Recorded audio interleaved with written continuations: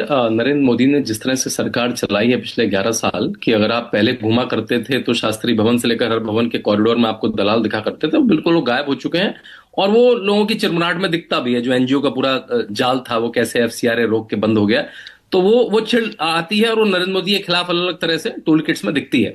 तो जब नरेंद्र मोदी ने कहा था ना खाऊंगा तो खाने दूंगा, वो दिखता है सामने और उनका कंडक्ट नीचे तक जाता है। अगर देखिए ऊपर से शीर्ष शीर्ष से चलता है, लेकिन अगर अगर आपका प्रधानमंत्री आपका मुख्यमंत्री करप्ट है तो नीचे से सब करप्ट है, जो हमने पिछली सरकारों में दिखता था। और ये बिल्कुल मुद्दा है। लोग लोग नरेंद्र मोदी पे विश्वास इसलिए करते हैं कि भाई इस व्यक्ति का नतीजा शायद गलत हो सकता है, लेकिन इंटेंशन गलत नहीं होगा। ना ना ना ना ना परिवार है, ना आगे पीछे कुछ है, केवल देश के लिए काम कर रहे हैं। वो बिल्कुल साफ दिखता है। इसलिए उनकी जो शुचिता है, उनका जो खुद का कैरेक्टर है कि भाई वर्सेस आप देख लीजिए राहुल गांधी का जीवन देख लीजिए, किस तरह के रहते हैं, किस तरह के। अगर आप एक बार देख लीजिए राहुल गांधी के जो कपड़े हैं, जो अखिलेश यादव जो साइकिल चलाते हैं, वो मर्सिडीज की साइकिल चलाते हैं। आपको पता 3.5 लाख की साइकिल है उनकी, उनके फोटो में डाली है उन्होंने। अब ये लोग कहां से लाते हैं इतना पैसा? वो ऑस्ट्रेलिया में पढ़ के आए, 20 लाख 25 लाख रुपए की फीस बिना स्कॉलरशिप के, कहां से आता है इतना पैसा इन लोगों के पास? जो जो सांसद की 1.5-2 लाख रुपए की सैलरी होती है उससे तो नहीं आता है।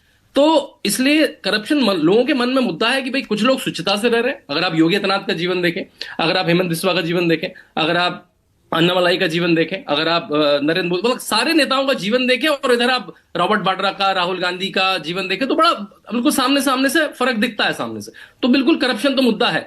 लेकिन जिस तरह से ममता बनर्जी ने वेस्ट बंगाल को चलाया, ऐसा लगता है वो रिपब्लिक ऑफ वेस्ट बंगाल बनाना चाहती है कि सीबीआई आएगी तो उसके आदमी को अरेस्ट कर लूंगी मैं, ईडी को मैं ऑपरेट नहीं करने दूंगी मैं। मतलब आपको बड़ी बड़ी स्कीमें जो हैं, पीएम किसान, आरोग्यश्री, वो मतलब देश में 1 साल में आती है, बंगाल में 5 साल बाद पहुंच पाती है, क्योंकि ममता बनर्जी कहेंगे अगर किसानों को फायदा पहुंच गया तो नरेंद्र मोदी का फायदा हो और गया। ये सादगी, अगर लोगों को ये जो सादगी वाला जीवन है, ये तो ममता बनर्जी भी जीती हैं भाई।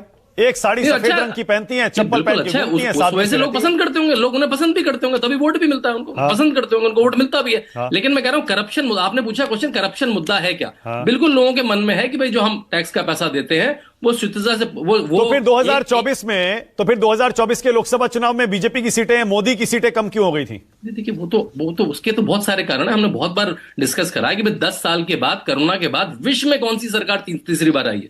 ये तो तीसरी बार सरकार। मुझे बता दीजिए बड़े बड़े प्रधानमंत्री पिछले 20 साल में इतनी कॉम्पिटिटिव राजनीति में कौन तीसरी बार रिपीट होता है? अच्छा ठीक है, रिपीट होने का रिकॉर्ड है। ठीक है, एक चीज और बताइए, ये ममता बनर्जी के सारे निशाने अमित शाह पर क्यों हैं? और वो पेन ड्राइव जो कर रही हैं, उसका मकसद क्या है?